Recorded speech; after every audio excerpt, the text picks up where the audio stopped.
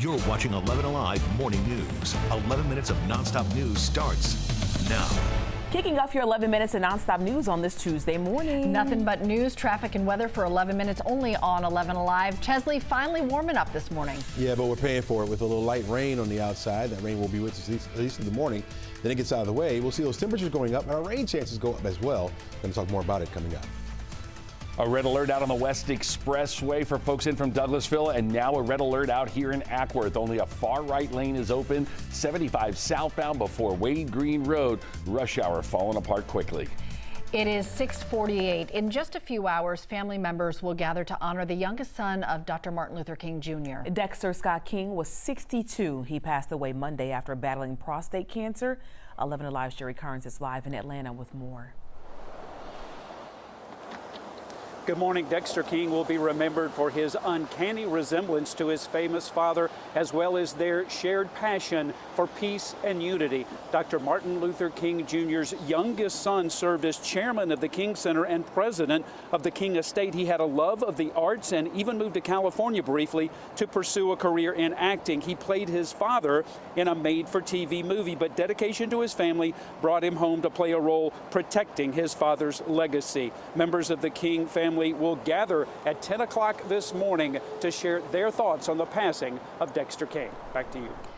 Jerry, thank you. Right now, many polling locations in New Hampshire are getting ready to open for today's primary election. Former President Donald Trump is considered a heavy favorite for the GOP vote. There is a Democrat on the ballot, and it's not President Biden. Minnesota State Representative Dean Phillips is challenging President Biden. Biden could still win the state through a write-in campaign. Here in Georgia, the presidential primary election is set for March 12th, and we asked Republican analyst Brian Robinson what he expects out of Georgia voters. Everyone's kind of going back to form, and Trump is the leader of the party. And even though Georgia Republicans have had their differences with Trump in the past, they're going to get in line and be loyal soldiers here in the 24 cycle. He says most eyes have already turned to November and the general presidential election. History happening in Peachtree Corners today. The city's first black female city council member, Ora B. Douglas, will be sworn in during the meeting tonight at 6. She's taking over for the community's first female council member. This morning, we have an update on an ordinance requiring surveillance cameras at many Decat County gas stations. 11 Alive's Chrissy Diaz joining us this morning. Chrissy, you found out the deadline for these businesses to get in line has been extended now. It has. It's moved a little bit. They're giving them a little more time. There was a big question about what would happen to hundreds of businesses in unincorporated Decat County at the top of the year if they were not in compliance with this video surveillance system. Now they have several more months to come into compliance. This new ordinance affects all gas stations, convenience stores, and any business designated high risk in unincorporated Decat County. The county officials sent a letter on January 12th, giving them until the end of July to come in compliance. County officials told me that 212 businesses are required to follow this new rule, but as of January 12th, only 39 passed the inspection. So at the top of the year, I checked in to see if any business had been denied its license, and they told me no. Their mission is to educate businesses and encourage them to comply, sending out warning notices instead. So now that deadline to comply is the end of summer, July 31st.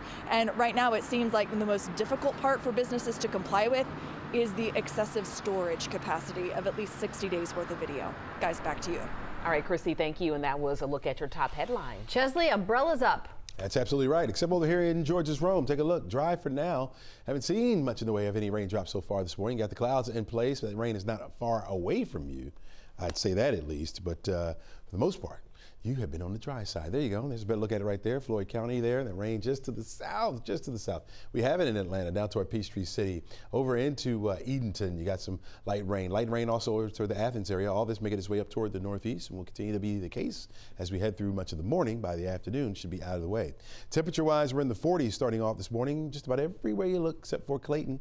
You're at 34 degrees starting off. That's the cool spot. 46 will be our temperature by noon, on our way up to 53 degrees for an afternoon high temperature today. Notice those winds are on the light side as well. Looking at east winds about 8-9 miles per hour or less for today.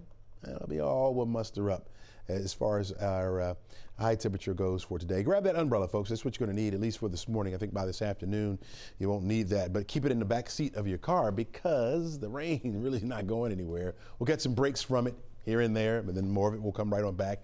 Unfortunately, I think the rain is going to stick around right on through the rest of the week. In fact, it will be heavy at times with a couple thunderstorms around as well. Got an area of low pressure well off to the west of us, and got a warm front down to the south. It's going to take some time getting up and through the area, but either way, our temperatures will start to warm up over the next couple of days, as well as that temperature going, the chance for rain going up as well. 50% chance for tomorrow, 80% chance by Thursday. A couple thunderstorms could be around as well.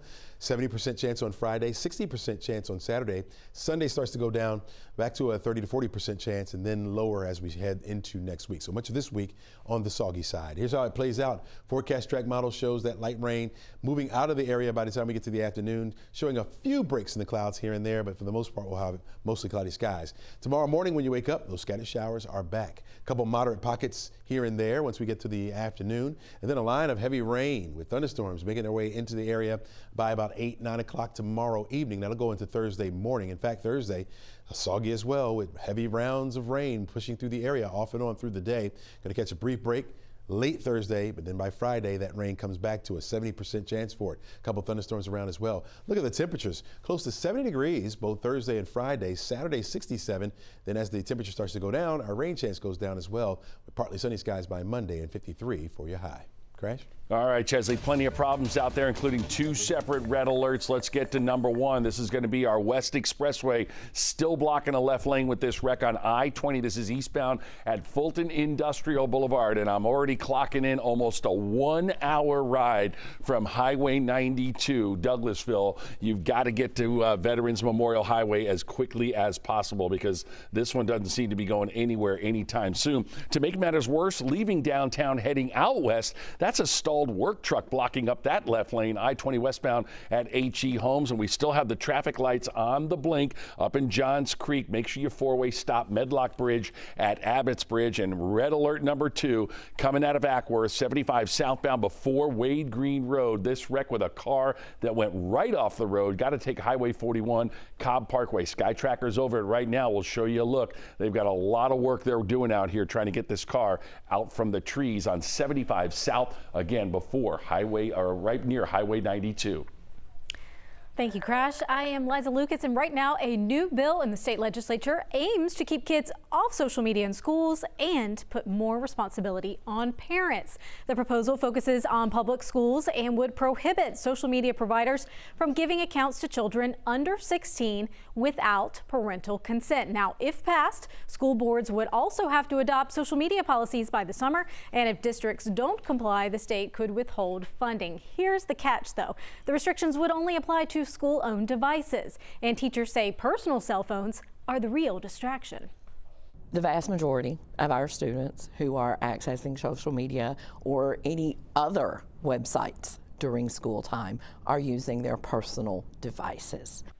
Now, the bill already has support of Georgia's Lieutenant Governor Burt Jones. We're going to continue to track this proposal and bring you updates here and online. Now, this comes as more state lawmakers are pressuring social media giants to make safety changes to protect teens online. Just this month, Meta, the parent company of Facebook and Instagram, shared it will start hiding inappropriate content from teenagers' accounts. That includes posts about suicide, self-harm, and eating disorders. Right now, Meta is facing lawsuits from dozens of states for harming young people and contributing to mental health issues. Cheryl. Thanks, Liza. 6:56 now. This morning, there is a warning to be extra careful when shopping on Facebook Marketplace or similar sites. Take a look at your screen.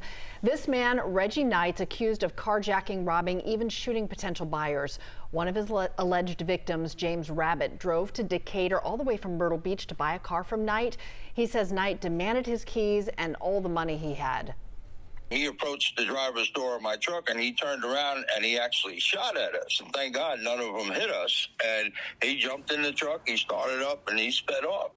Rabbit tells us the detective working his case says a man was shot about 2 weeks later. He had scheduled a meeting with Knight as well. Good morning, Chesley. Good morning, Cheryl. We are looking at temperatures rising up just a little bit more as we head into the afternoon. 46 will be our temperature by noon, and rain should begin to taper off by then. The light rain that we have out there this morning, be advised. 53 degrees will be your afternoon high temperature for today. By 6 o'clock, we'll be looking at mostly cloudy skies, temperatures right around 49 degrees. We're going to see more of that rain coming back to us by tomorrow. In fact, we're going to hold on to it for the rest of the week. Those temperatures going up near 70 both Thursday and Friday. Crash?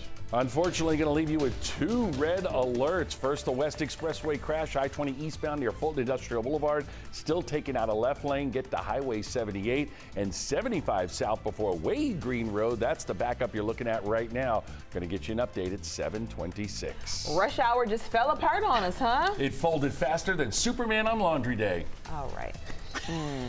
Okay. Somebody say something. Help us, Chesley. Hey, that's fast. That's fast. Yeah. Have a great day, everybody. We'll see you back here. Ooh, a little rainy at the airport. Today's show's coming up next. Stay dry out there, everybody. Never know.